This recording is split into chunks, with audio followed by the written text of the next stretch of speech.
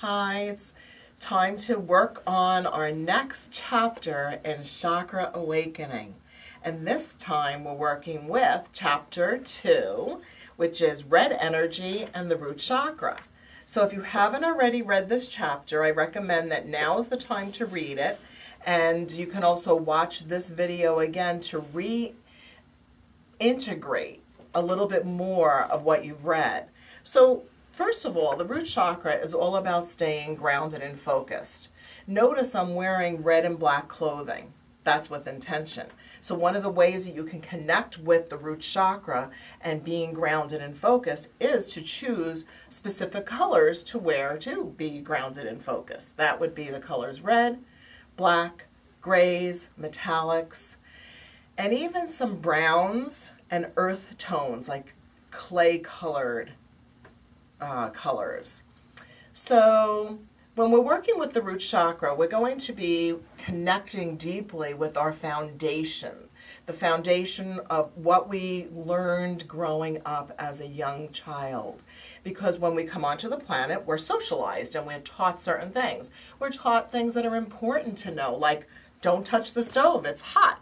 And that is a very important teaching. And then there are other things that perhaps our parents passed to us, or elders, or the village that grew us up, helped us to grow. Well, maybe those things then were applicable, but not so much anymore. So we have programs installed in our consciousness that may not apply. They did the best they could do, so there's no judgment there.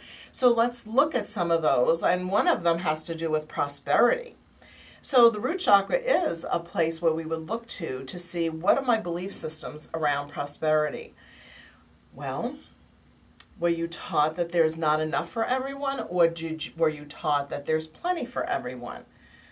Were you taught that if someone is wealthy, there's maybe something not quite so right there?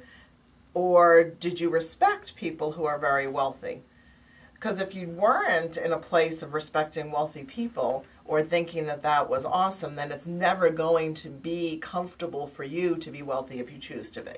So it's whatever you choose to do, obviously. But in the case of wanting to be wealthy, we need to uncover what kind of belief systems were installed in our consciousness regarding wealth.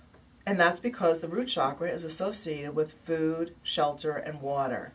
Being able to have basic survival needs met. Just like we learned when it was, when we were in our schools, we probably, I know I did, learned about Maslow's pyramid. And Maslow's base of the pyramid is the foundation of that. First, we need to make sure we have food, shelter, and water. And if we have food, shelter, and water, everything else is built upon that base or that foundation. So with that being said, we live in a society that we go out and we have to have the money to shop for the food. We have to have the money to pay for our shelter, our home, our apartment, whatever it is that we're living in. And we also have to have the money for water. We have to pay for water. So that is what we need in order to live and have the basics met.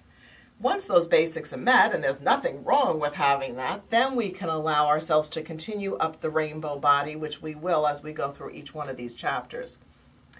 Another thing that I'd like to touch base with regarding the root chakra is the color, the color red specifically, because it has to do with it has to do with prosperity. It has to do with vitality and endurance and being able to have the energy to get things done. So garnet would be a really nice option for working with that energy. And how would you use garnet?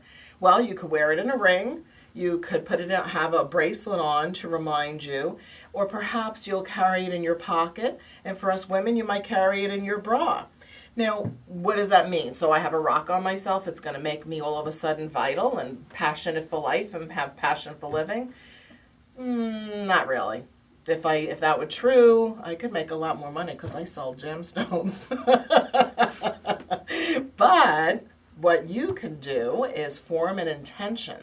So every time you look at that gemstone, every time you think of that gemstone, every time you happen to glance or you see it in your mind's eye, if it's a bracelet or whatever, well, then you can bring your awareness back to what you do want which is vitality and endurance, versus what you don't want. And that's what I like to do as far as working with gemstones. I find that to be the most profound. And, you know, protection and feeling safe and secure has to do with the root chakra. So black tourmaline, there's a big price tag on here because we just took this off our shelves here at the Crystal Garden for this video. And black tourmaline is a great gemstone to help you feel protected, to deflect negativity, your own negative thought forms as well as those that come from others, and also it deflects EMFs. I like to keep it near my computer, and also by the front desk here at my store, we keep it nearby to help deflect any negative challenges that may arise. Now, this is a pretty big rock to carry around. It does come in a tumble stone format, so that's an option for you. And then you could also, so it would look something like this instead. So when you have a little piece of gemstone like that, that's easier to carry around with you if you wanted to carry it. Put it on your desk, in your pocket, in your pillowcase at night, but always form a matching intention. All right, well, now it's up to you to read the chapter, and then we'll meet online to further this conversation. If you have any questions, be sure to contact us at Margaret@margaretannlembo.com. Thanks for watching.